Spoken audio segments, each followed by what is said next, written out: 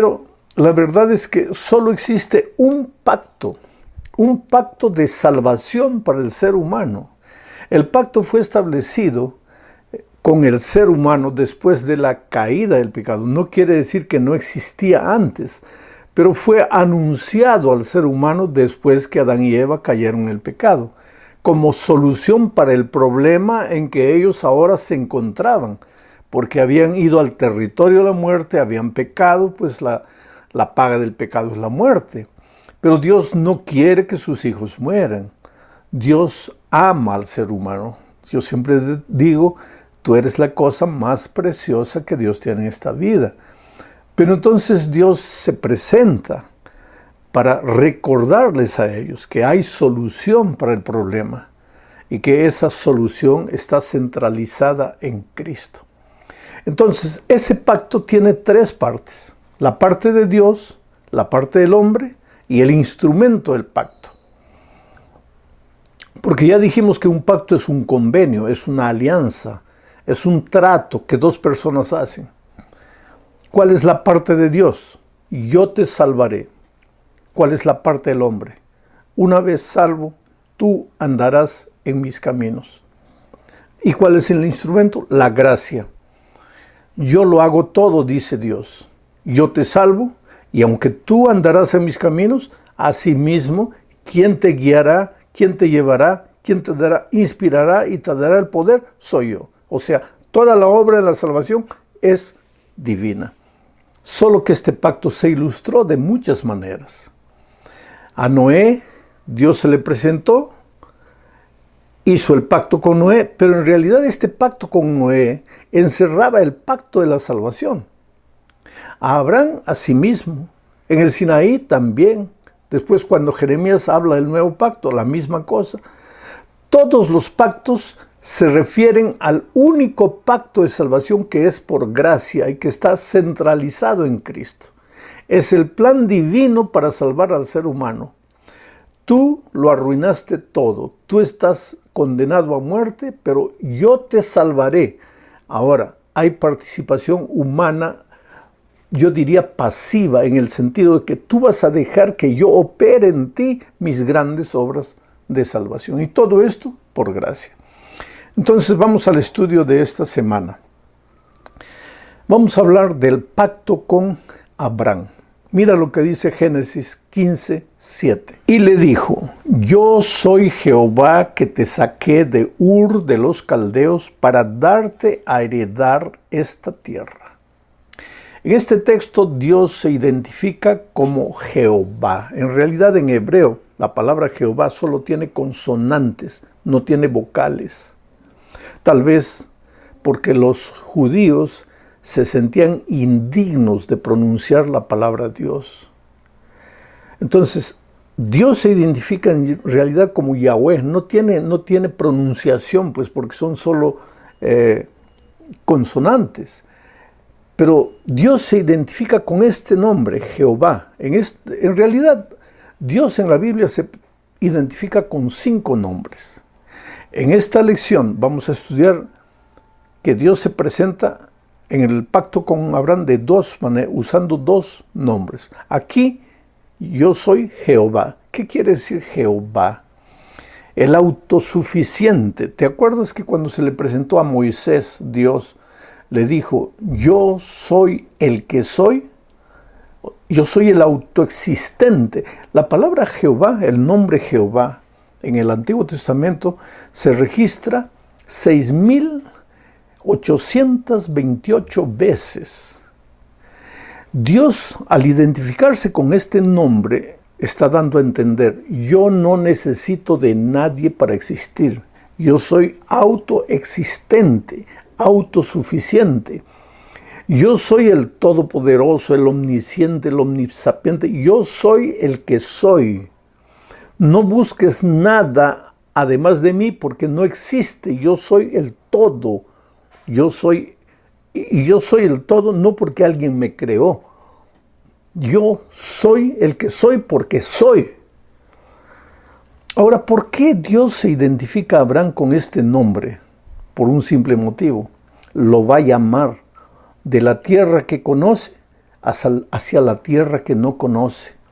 Y lógicamente Abraham era un ser humano y tenía temores, tenía miedos. ¿A dónde voy? Pero cuando él sabe que tiene un Dios autoexistente, un Dios que sabe todo, que es todo, Abraham no tiene por qué temer. Ahora, la pregunta es, ¿por qué Dios llamó a Abraham de Ur, de los caldeos? ¿Por qué no lo dejó tranquilo ahí? La razón, la respuesta, la da Josué. En el libro de Josué, capítulo 24, versículos 2 y 3, cuando ya el pueblo de Israel había entrado a la tierra prometida, mira lo que dice Josué en el nombre de Dios al pueblo de Israel. Voy a leer. Y Josué dijo a todo el pueblo: así dice Jehová Dios de Israel, vuestros padres habitaron igualmente al otro lado del río, esto es, Taré, padre de Abraham y de Nacor, y servían a dioses extraños. Interesante, recuérdate esta frase, y servían a dioses extraños.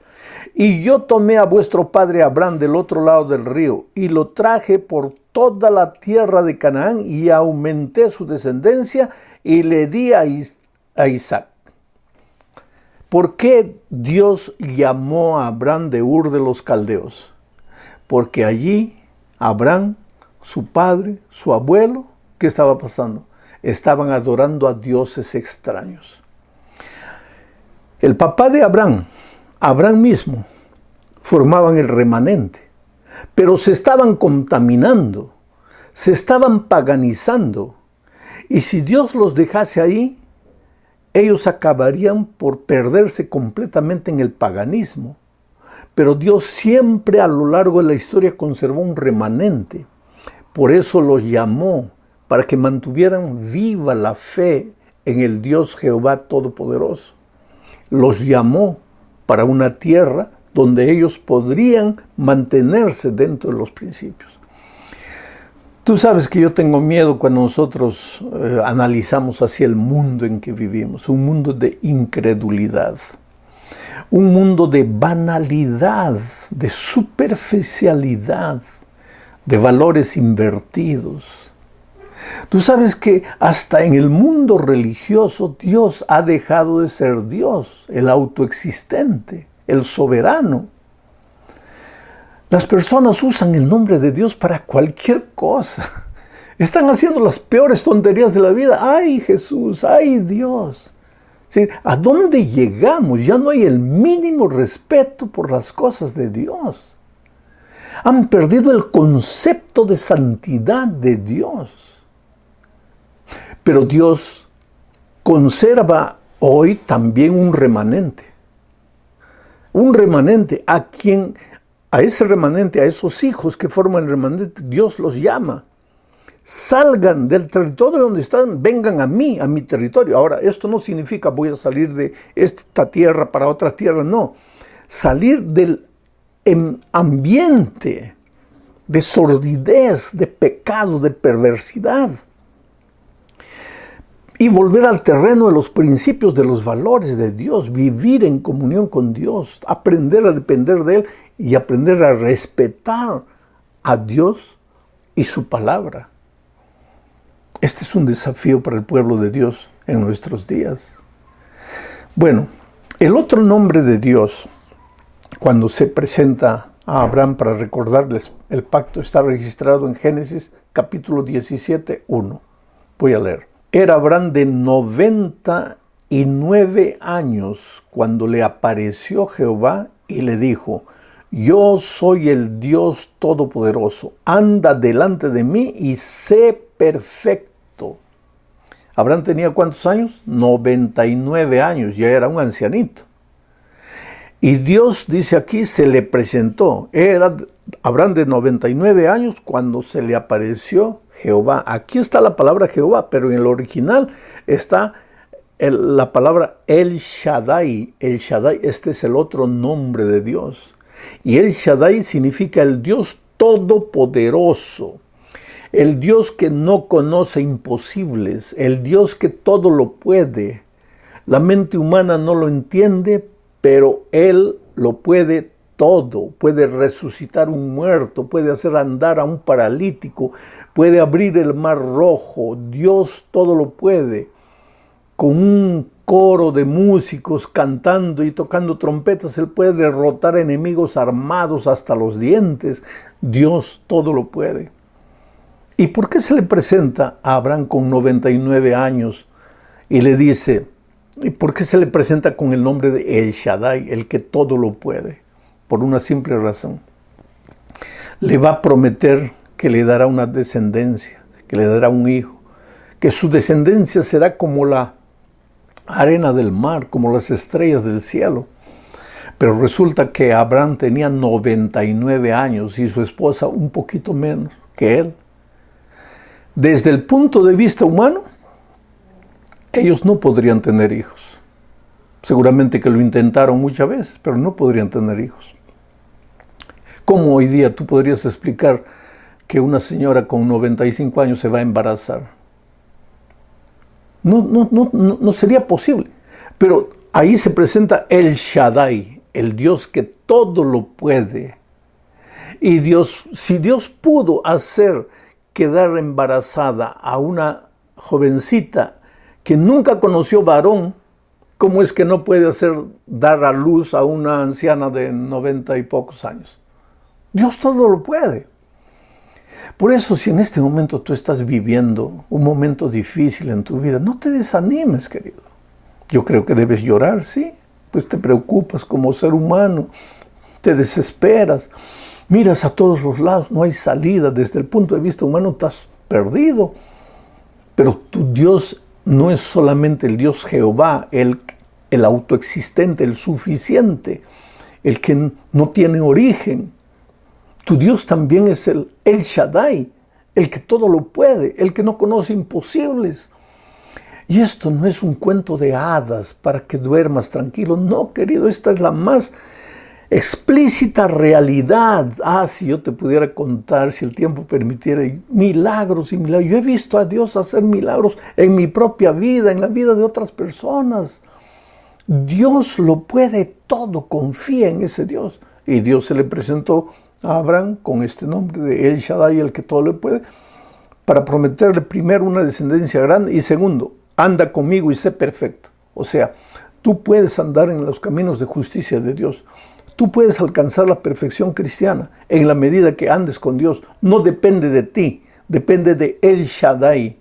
Separado de El Shaddai no eres nada, no puedes nada.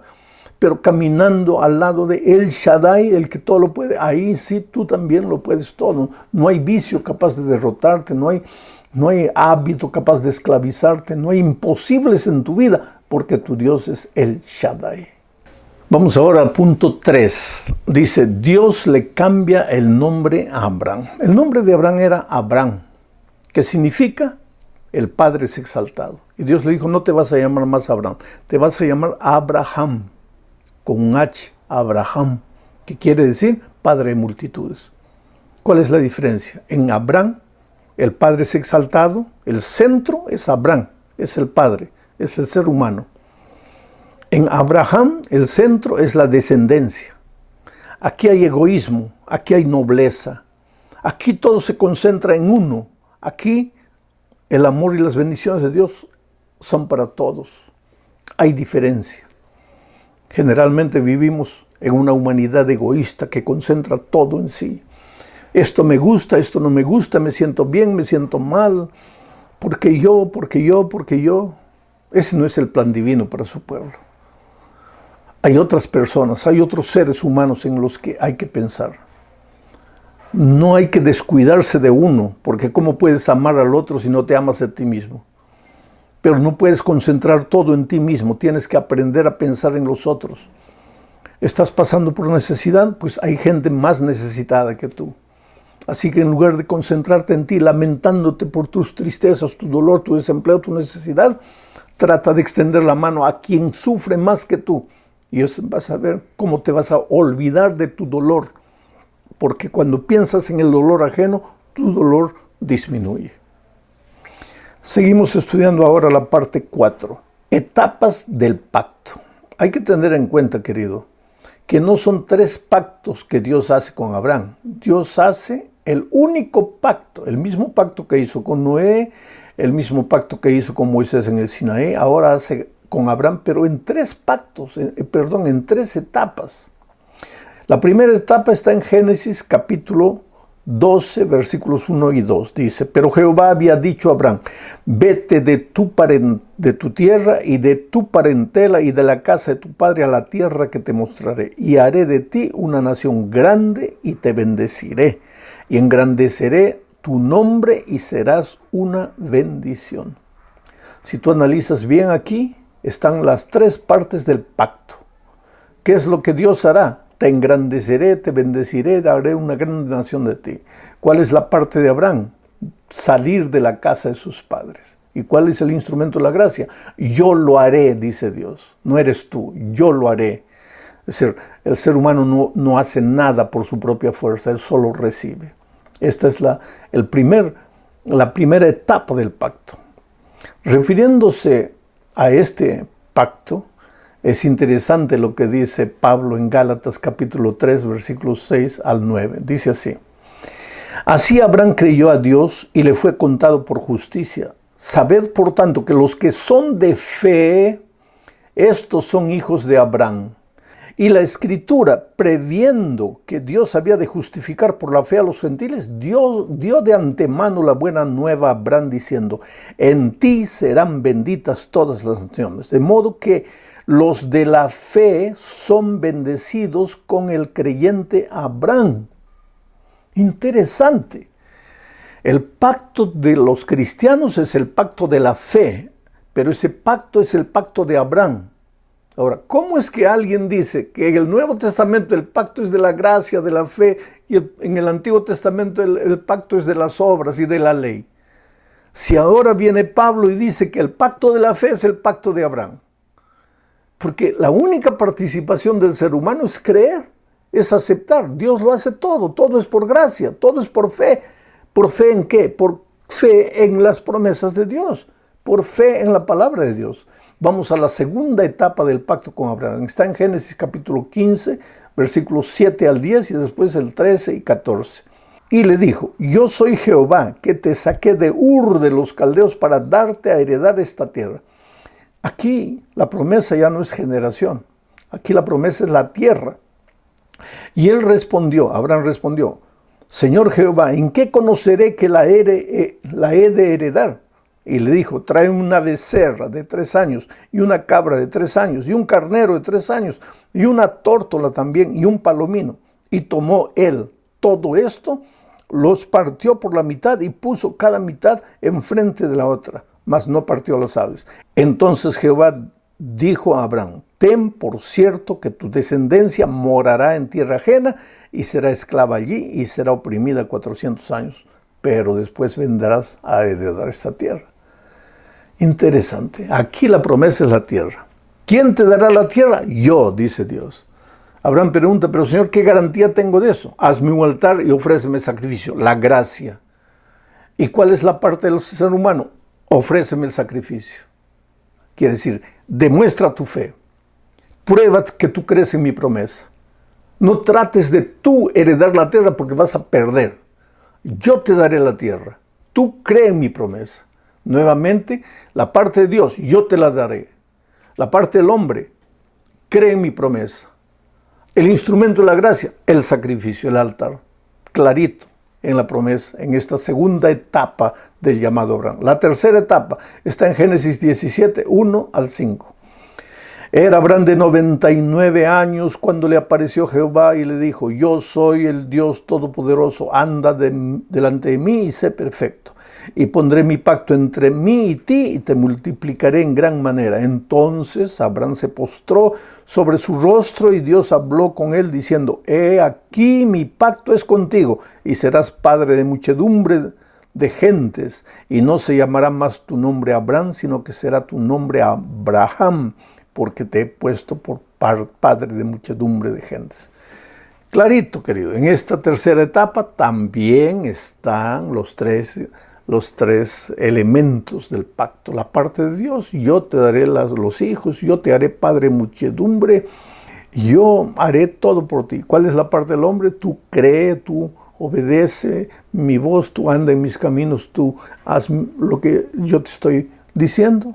¿Y cuál es el instrumento? La gracia. Tú no haces nada, yo lo hago todo por ti. Tú andarás, serás perfecto. ¿Por qué? Porque andas conmigo, yo viviré en ti. Y Pablo dice que el Espíritu vive en nosotros a través del Espíritu Santo. Llegamos al fin de este estudio hablando de las obligaciones del pacto, porque todo pacto tiene obligaciones. Génesis 18, 19 dice, porque yo sé que mandará a sus hijos y a su casa después de sí, que guarden el camino de Jehová. Aquí está la obligación del ser humano, guardar el camino de Jehová, haciendo justicia y juicio, para que haga venir Jehová sobre Abraham lo que ha hablado acerca de él. ¿Qué ha hablado? Todas las promesas. Esa es la parte de Dios. ¿Cuál es la parte del hombre? Andar en el camino de Jehová haciendo justicia. Y todo esto por obra de Dios.